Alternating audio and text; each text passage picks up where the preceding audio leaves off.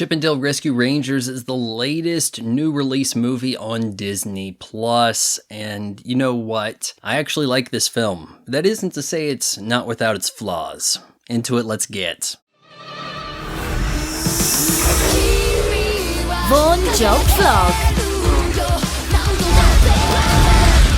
Before we get into it, I'd like to tell you about the Mag Wallet from Andar, makers of fine leather goods and accessories that go with your iPhone. This MagSafe Wallet snaps on the back of iPhone 13s as well as MagSafe cases, be it their own or Apple's. Not only is the Mag Wallet better than Apple's because it has this cutout for you to push cards from the front without detaching the wallet. Andar's wallet is also cheaper than Apple's. If you use my promo code FRY20, you can save 20% at checkout. Now, I want to keep this fairly brief, but up front, I will tell you I was a huge Chip 'n Dale Rescue Rangers fan in the late 80s and the early 90s. The Nintendo game, yeah, we just called it Nintendo back then. That was the first video game I ever completed. My slightly younger cousin wanted to be able to beat it too, so I played as Chip and I picked him up as Dale and I escorted him through the entire game. In fact, we tend to make that first level a bit of a battle. This was the precursor to Super Smash Brothers. But you know what? It's been over 30 years since I've seen an episode, and I don't recall a whole lot about the show other than the character traits and that incredibly catchy theme song.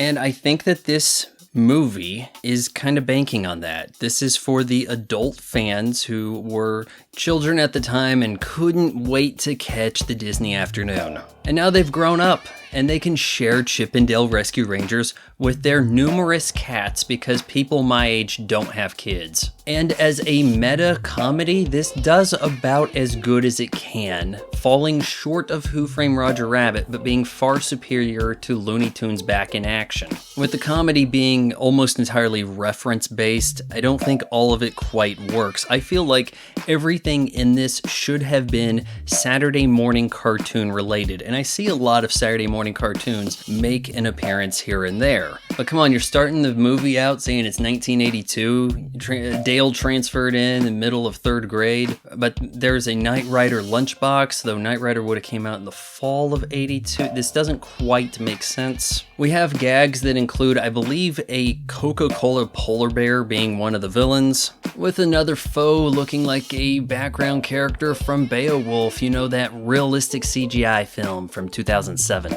We have to do a Jurassic Park Roar reference, there's Terminator 2 stuff. I simply would have preferred if the comedy stuck to Saturday morning cartoons. And I will grant Ugly Sonic's inclusion, as there were 2 concurrent Sonic the Hedgehog cartoons in the 90s. I mean, Christ, the Teenage Mutant Ninja Turtles were huge. They only had 1 cartoon at a time. But come on, Disney, show off those deep pockets. Include TMNT, Inspector Gadget, and the real Ghostbusters. Now, the movie proper has a plot that concerns Chip and Dale having a falling out. Dale wanted to go do his own thing, but make it seem more like, hey, if I leave Chip and Dale Rescue Rangers to do 00 Dale, you'll say that you really need me and talk me out of it. And years later, Dale is still trying to find some stardom. He even got CGI surgery, you know, trying to go mainstream. Meanwhile, Chip is selling insurance, and that's not terribly exciting. The duo catches up with former Rescue Ranger Monterey Jack, and he goes missing. The fear is that he's been bootlegged, which is a process that involves erasing the mouth of a cartoon character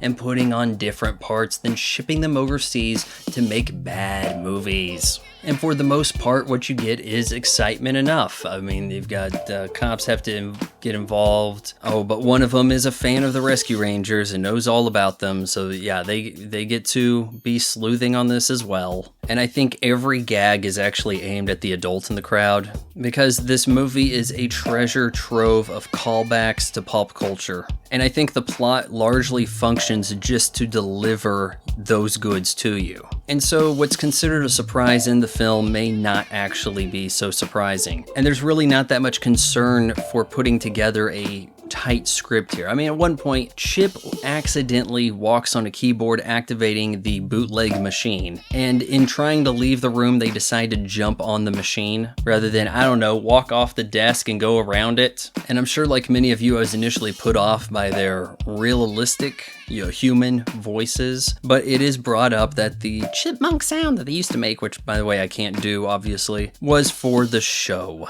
Does this make for a good excuse to have Andy Samberg as Dale when you can't recognize his voice? No, seriously, all movie I thought it was Paul Rudd. In fact, there's an on-screen Paul Rudd cameo, and I thought it was for this reason. And Chip voiced by John Mulaney, whose voice you might recognize. But I think this is the best Chip and Dale's Rescue Ranger movie we could have asked for in 2022. And though there is a ceiling for how good a movie can be when it is so full of pop culture references, waxing nostalgia, Chip and Dale's Rescue Rangers largely pulls it off and is enjoyable for that man-child in the crowd. I give it 3 out of 4 stars. If you appreciate a YouTube channel that doesn't just pad out content to get to the 8-minute mark so that it can hammer you with ad breaks, then you should subscribe to my son's channel. You just got done watching it.